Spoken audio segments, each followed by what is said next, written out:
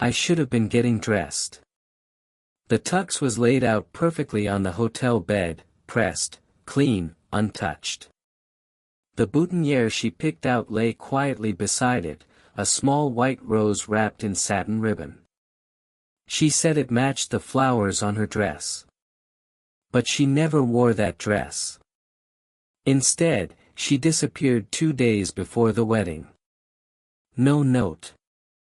No call. Just silence. I was left standing in a hurricane of questions while the world kept spinning around me, friends calling, vendors panicking, my mom alternating between denial and rage. And me? I kept dialing her number, listening to it ring, until it just stopped ringing. Her name was Ava. 27. Fierce and soft all at once. The kind of woman who made a mess feel like art. We met 3 years ago at a bookstore where she spilled coffee on my shoes and didn't apologize, just handed me a napkin and kept flipping pages. She was like that. Beautifully careless. Intentionally free. And somehow, she said yes when I asked her to marry me.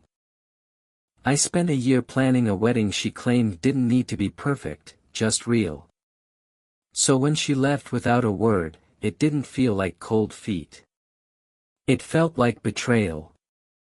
It wasn't until 3 days after what should have been our wedding day that someone knocked on my door. It was Ava's sister, Leah, eyes red, clutching something against her chest like it was made of glass. She wanted you to have this, Leah said softly. It was a diary. Leather-bound. Heavy. Ava's handwriting was scrawled across the front, for Eli, when I'm gone.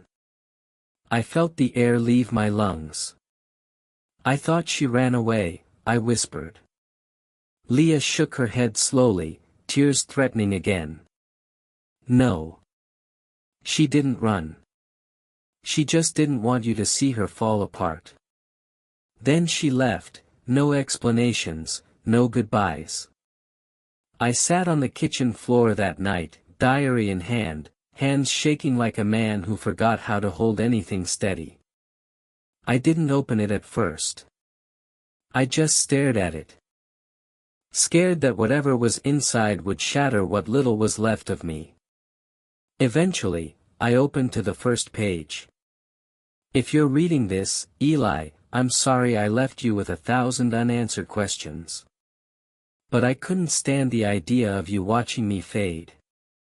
Fade? I wanted you to remember me as the girl who danced in the rain, not the one who struggled to climb stairs. Who kissed you on rooftops, not who whispered from hospital beds. Hospital? My heart dropped. I've been sick for a while. I didn't tell you. I couldn't. Every day with you felt stolen, borrowed from a clock I couldn't control. And I was greedy, Eli. I wanted every second, even when I knew they were running out. I blinked hard, struggling to process. She had cancer. Leukemia. Diagnosed almost a year ago. And I never knew. She didn't tell her family. Didn't tell me. She just kept smiling, laughing, planning our future like she wasn't slipping away behind the scenes. She wrote page after page, memories, love notes, reasons. Reasons why she chose to disappear. Why she gave up the wedding. Why she'd rather vanish than let me watch her unravel. You deserved joy, not grief in a white dress. I read until the sun came up. And by the time I closed the final page, I realized, she didn't leave me. She protected me in the only way she knew how. But was that love? Or was it the greatest betrayal dressed in poetry? I didn't have the answer. All I had, was a diary. And a lifetime of pages she'd never get to write. The next few days were quiet, dangerously quiet. The kind where the world moves on, but you don't. I carried Ava's diary everywhere. I didn't even realize it at first, but it followed me, like it was part of me now. Tucked into my jacket on walks. On the passenger seat during long drives to nowhere. Next to me when I fell asleep on the couch with the TV buzzing in the background. Reading it wasn't a straight path. Some days I devoured 10 pages. Some days I couldn't read one sentence without breaking. What hurt most wasn't the illness. It was how normal she had kept things. The woman who brought me coffee in the mornings while humming Stevie Nicks, who danced barefoot in the kitchen at midnight, that woman had been fighting for her life in silence. And I had no idea. I started seeing our memories differently now. Like the time we went hiking last fall. She was out of breath halfway up the trail, and I thought she was being dramatic. I laughed and teased her for being soft. She laughed too. But in the diary, she wrote, "That day on the mountain, my legs were trembling. I almost told you then. But your laugh made me forget, for a while. I felt like I failed her. And yet, I also kept asking myself, why didn't she let me fail with her?" Ava always prided herself on being strong. Raised by a single mom, moved city to city, worked 2 jobs through college. She didn't need saving. That's what she told me on our 3rd date. "I don't need someone to fix me," she'd said. "Just someone who doesn't flinch when I bleed." But this? This wasn't a little bleed. This was a slow collapse, and she shielded me from all of it. Her sister, Leah, came back once. Just to check in. She looked like she hadn't slept in days. "I didn't know either," she admitted quietly. "I only found out when she was already gone. She left me a letter too. She handed me a copy of Ava's final medical report. I didn't want to look, but I did. Stage 4 leukemia. She had known for almost a year. She didn't even start treatment," Leah said. She refused. Said she didn't want to spend her last months in a hospital bed. My head spun. "She chose to stay alive on her own terms," Leah whispered. "Even if it meant leaving you behind." I didn't know whether to admire that, or hate it. The wedding venue called again the next morning. They still had our deposit. I told them to keep it. I wasn't ready to make decisions. I was just trying to breathe. Every corner of my apartment felt haunted by her now. Her earrings on the dresser. Her favorite mug by the sink. The calendar still marked ANE wedding day ring, in pink ink. I couldn't bring myself to erase it. But the more I read her diary, the more something strange started happening. I felt like I was still getting to know her. She'd written about things I never knew, her fears about becoming a wife, her panic when her hair started falling out, how she once cried alone in the shower after finding a bruise on her ribs that wouldn't fade. "I wanted to tell you everything," one entry said. "But you always looked at me like I was made of sunlight. And I couldn't bear to dim in your eyes." She was wrong. I would have held her in the dark. But now all I had were pages, and questions. Like, who was the man she mentioned in one entry? He warned me that the chemo would change who I was. But I told him I wasn't doing it. He didn't agree, but he kept my secret. Who was he? A friend? A doctor? Someone I didn't know? And why had she never told me about him? Suddenly, her silence felt heavier. Not just protective, but layered. Complex. Maybe even, dangerous. I wasn't sure anymore. But one thing was clear, Ava's story wasn't over. And I had only scratched the surface. The next few days were quiet, dangerously quiet. The kind where the world moves on, but you don't. I carried Ava's diary everywhere. I didn't even realize it at first, but it followed me, like it was part of me now. Tucked into my jacket on walks. On the passenger seat during long drives to nowhere. Next to me when I fell asleep on the couch with the TV buzzing in the background. Reading it wasn't a straight path. Some days I devoured 10 pages. Some days I couldn't read one sentence without breaking. What hurt most wasn't the illness. It was how normal she had kept things.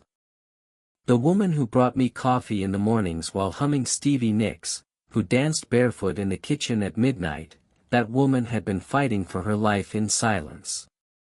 And I had no idea. I started seeing our memories differently now. Like the time we went hiking last fall.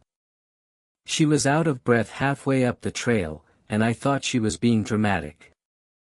I laughed and teased her for being soft. She laughed too. But in the diary, she wrote, "That day on the mountain, my legs were trembling. I almost told you then. But your laugh made me forget, for a while. I felt like I failed her. And yet, I also kept asking myself, why didn't she let me fail with her?" Ava always prided herself on being strong. Raised by a single mom, moved city to city, worked 2 jobs through college. She didn't need saving. That's what she told me on our 3rd date. "I don't need someone to fix me," she'd said. "Just someone who doesn't flinch when I bleed." But this? This wasn't a little bleed. This was a slow collapse, and she shielded me from all of it. Her sister, Leah, came back once. Just to check in. She looked like she hadn't slept in days. I didn't know either, she admitted quietly. I only found out when she was already gone. She left me a letter too. She handed me a copy of Ava's final medical report. I didn't want to look, but I did. Stage 4 leukemia. She had known for almost a year. She didn't even start treatment, Leah said. She refused. Said she didn't want to spend her last months in a hospital bed. My head spun. She chose to stay alive on her own terms, Leah whispered. Even if it meant leaving you behind. I didn't know whether to admire that, or hate it. The wedding venue called again the next morning. They still had our deposit. I told them to keep it. I wasn't ready to make decisions. I was just trying to breathe. Every corner of my apartment felt haunted by her now. Her earrings on the dresser. Her favorite mug by the sink. The calendar still marked ANE wedding day ring, in pink ink. I couldn't bring myself to erase it. But the more I read her diary, the more something strange started happening. I felt like I was still getting to know her. She'd written about things I never knew, her fears about becoming a wife, her panic when her hair started falling out, how she once cried alone in the shower after finding a bruise on her ribs that wouldn't fade. I wanted to tell you everything, one entry said. But you always looked at me like I was made of sunlight. And I couldn't bear to dim in your eyes. She was wrong.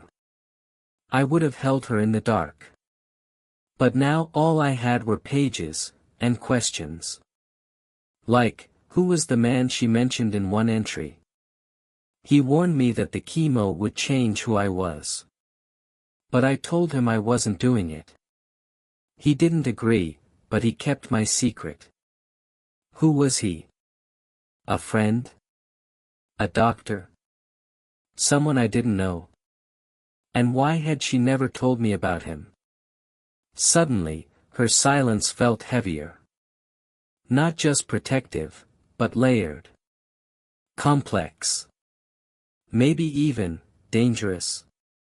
I wasn't sure anymore.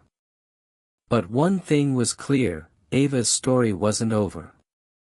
And I had only scratched the surface. I kept reading the diary.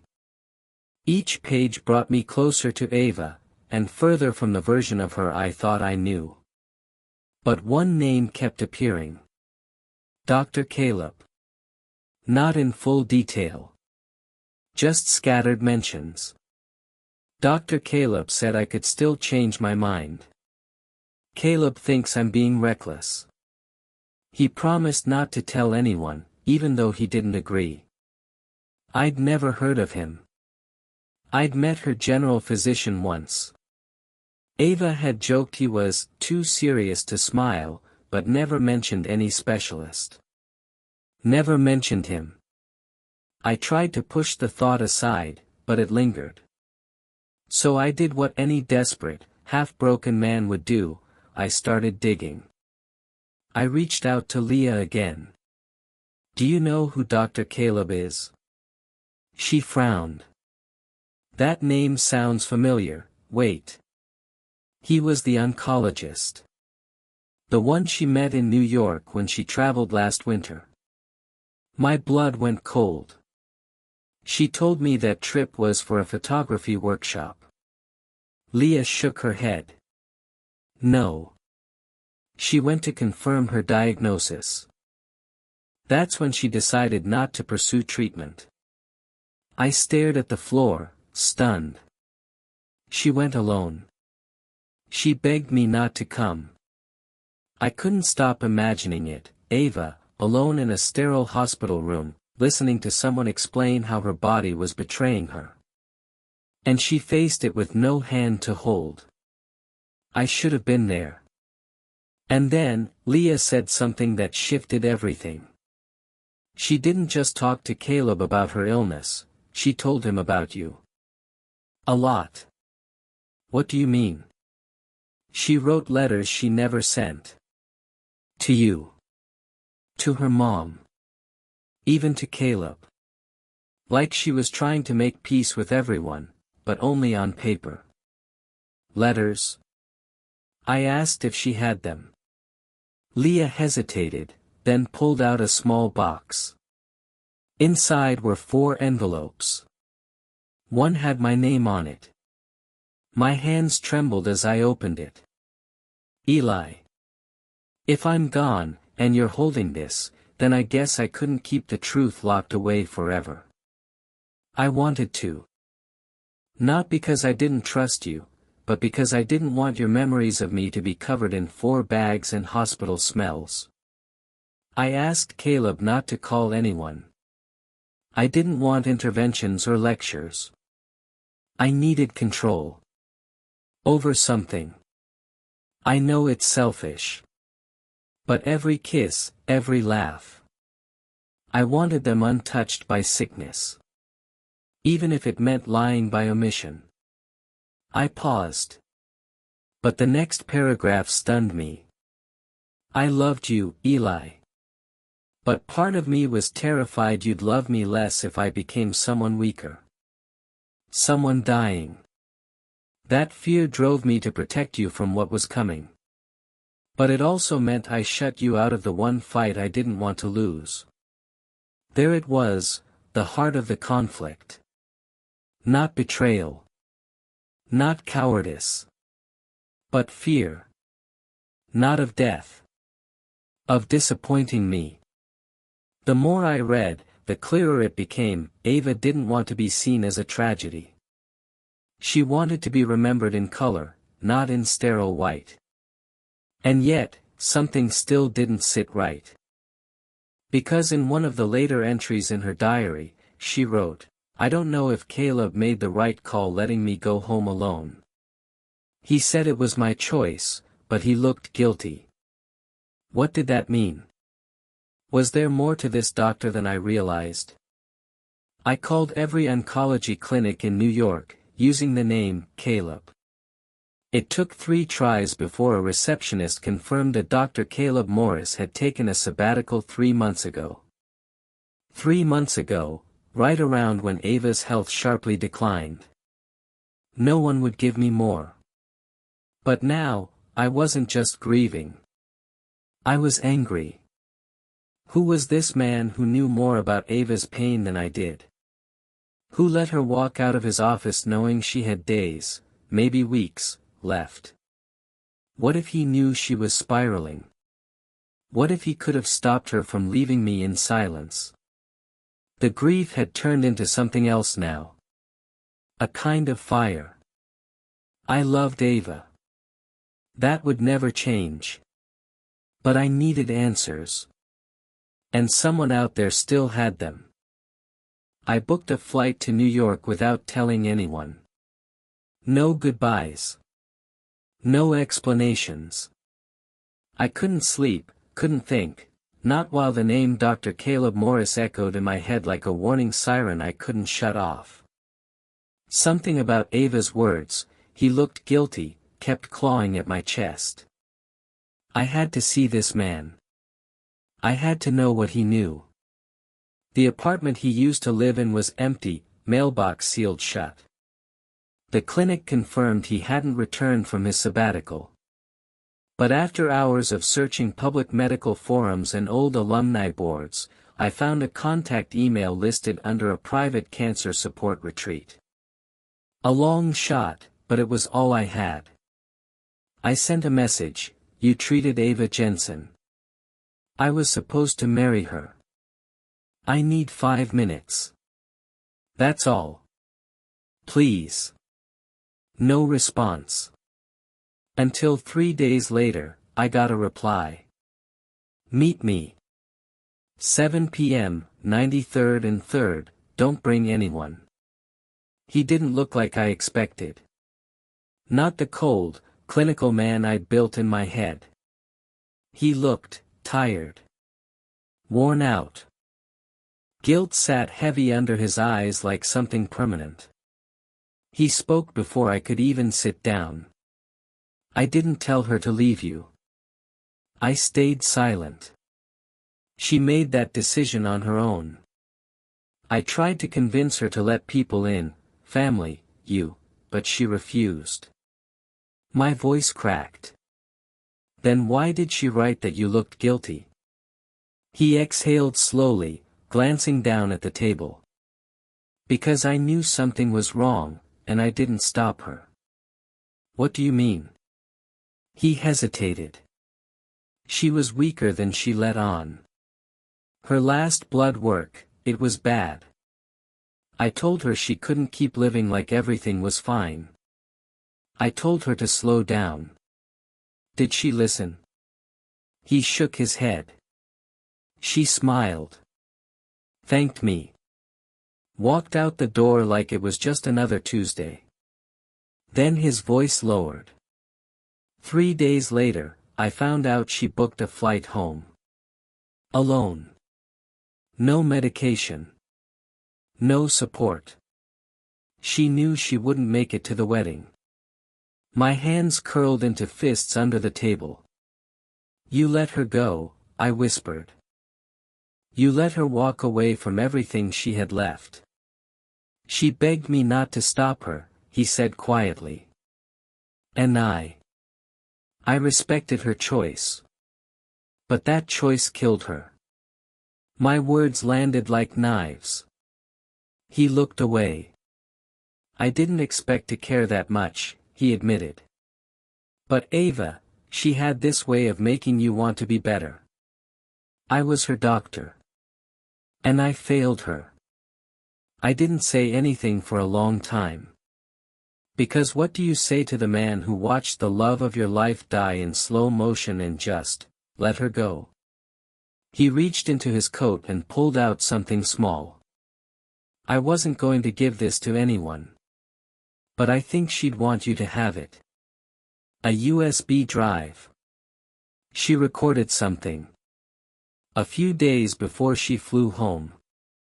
Said she might not have time to say goodbye. I took it without a word. Then I stood up and walked away. Back in my hotel room, I plugged the drive into my laptop, hands shaking. The screen flickered, then came to life. And there she was. Ava. No makeup. No filter. Just a girl in a hoodie, pale but smiling. She looked directly into the camera. "Hey, Eli. If you're watching this, I guess you know everything now. I'm sorry. For the lies. For leaving you in silence. I thought I was protecting you, but maybe I was just protecting myself, from seeing your heart break. But if I had told you, if I had shown you how sick I was, would you have still married me?" I choked back a sob.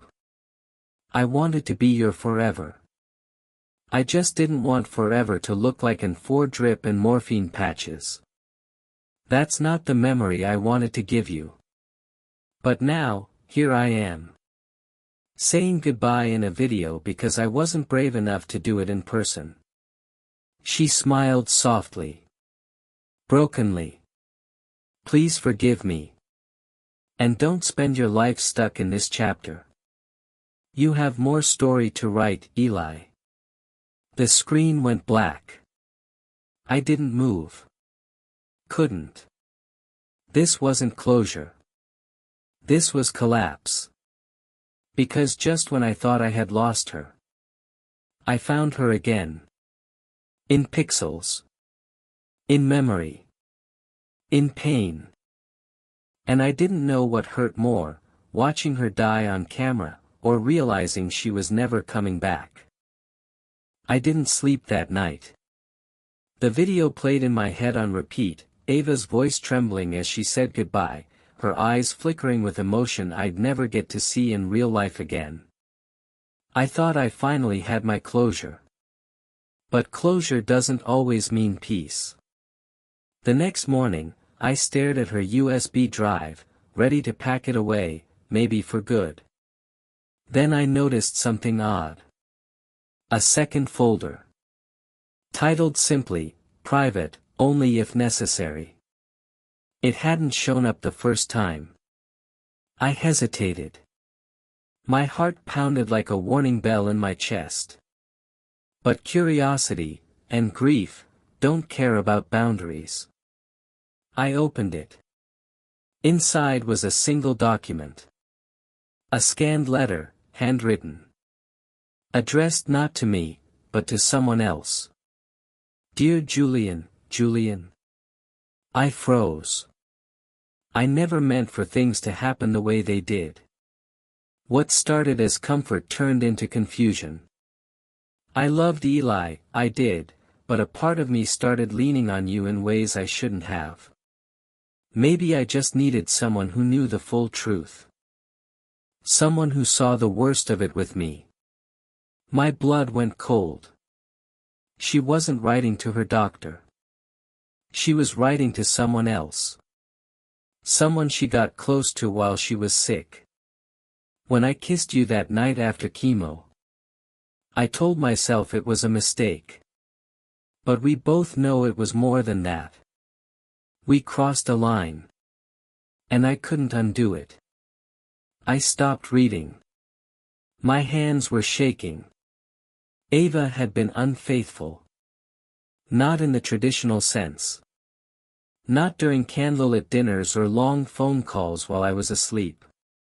But in the shadows of a hospital room, in the mess of her fear and pain, she let someone else hold the part of her I thought was only mine. I went back to the top of the letter and looked at the name again. Julian. Not Dr. Caleb Morris. A different person entirely. I tore through the diary again, looking for mentions I may have missed. I found only 2, Julian brought me tea today. Said I looked stronger. He always says that. I told Julian about Eli. He didn't say much. Just held my hand. I never paid attention before. I just assumed he was a nurse. But now it was all I could think about. Was this why she didn't want me there? Because she was afraid I'd see something, someone, she couldn't explain. Was it love?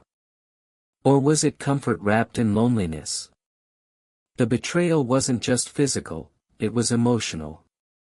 She gave a piece of herself to someone else when she promised she had nothing left. But then again, how could I blame her? She was dying.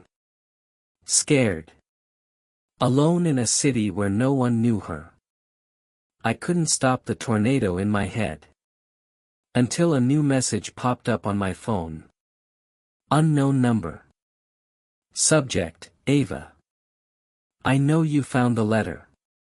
We need to talk. Julian, my heart nearly stopped. I stared at the screen, unsure whether to throw my phone or call him immediately. How did he know? Had he been tracking the files? Or worse, had Ava told him she was leaving everything behind, including a letter that might one day land in my lap?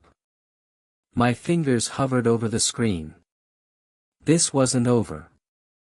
In fact, everything I thought I knew about Ava's final months was wrong. She hadn't just died with secrets. She left them alive, living, breathing, in the hands of another man. And now that man wanted to speak to me. I met Julian in Central Park. Public. Neutral. Safe. I didn't trust myself to meet him anywhere else. He was already sitting on the bench when I arrived, mid-30s, olive skin, salt and pepper hair, wearing a quiet, unreadable expression. When he saw me, he stood, but didn't offer a handshake. Eli, he said softly. I'm sorry it had to come to this. I didn't reply. I sat down beside him, the space between us thick with things I wasn't ready to say. She told me about you, I finally said. About the wedding. About the life you two planned. He nodded. She loved you. I turned to him, sharp. Then why were you in her life like that? Why was there a letter meant for you, written after we got engaged? He didn't flinch. Because I didn't know about the engagement. Not at first. I met her at the clinic. I was just another patient.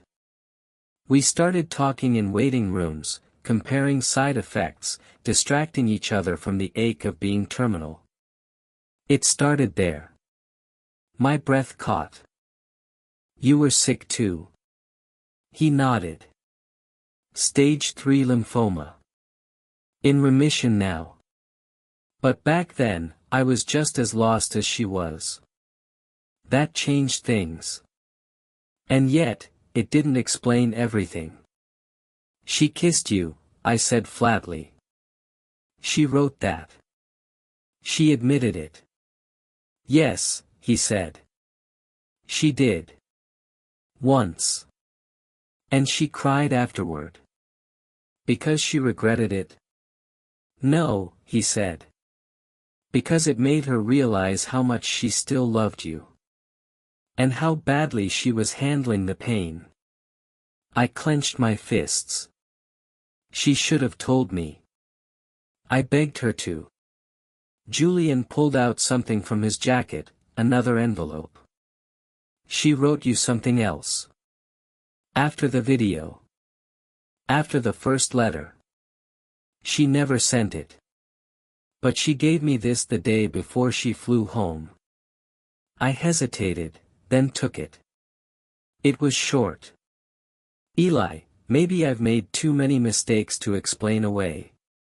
Maybe I let fear write chapters one should have written with you instead. Julian was comfort. You were home. And I was a storm trying not to ruin either place. If you hate me now, I understand. But please don't let this part of me erase what we had.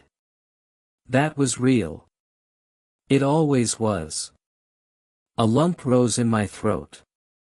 She never stopped loving you, Julian said. Even when she was falling apart. We sat there a while, silent. Two strangers tied to the same ghost. Then Julian stood. I'll leave you with this, she wasn't perfect. None of us are. But she was real. And if you can hold on to that, you'll be okay. He walked away. I sat for a long time, letter in my lap, wind tugging at my sleeves. I didn't know what I felt. Grief. Betrayal. Love. All tangled up into something I couldn't name. She was mine. And yet, she wasn't, at least not fully. Not in the end. But maybe that was never the point.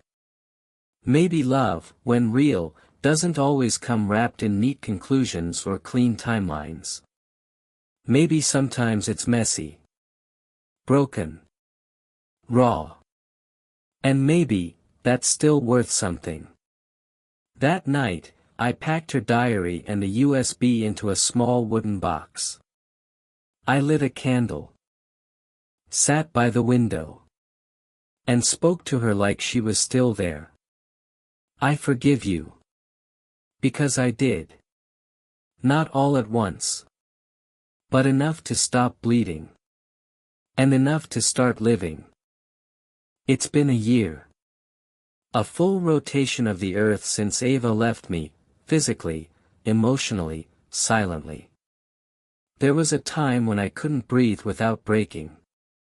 When waking up felt like betrayal.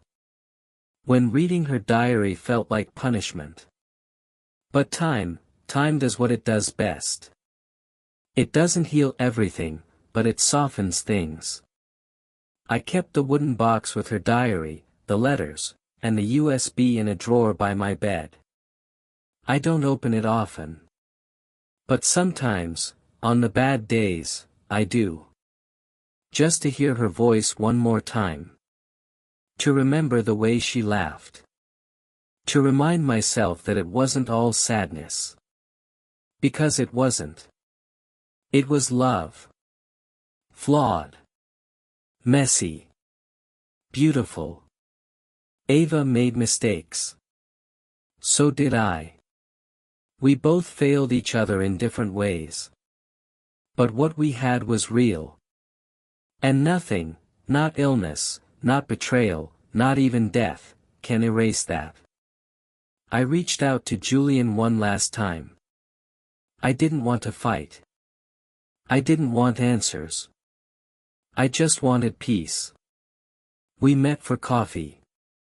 We talked like two people who shared the same scar. He told me he's doing better now, he's healthy, teaching art therapy to cancer patients.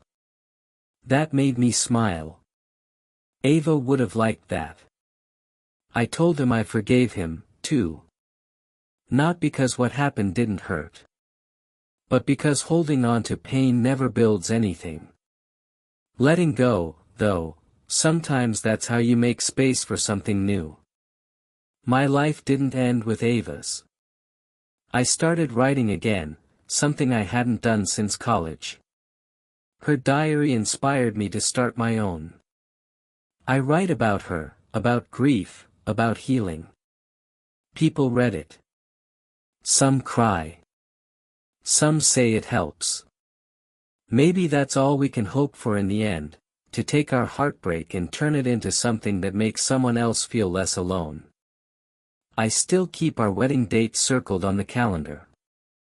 Not as a reminder of what didn't happen, but of what almost did. Ava gave me that year. That love.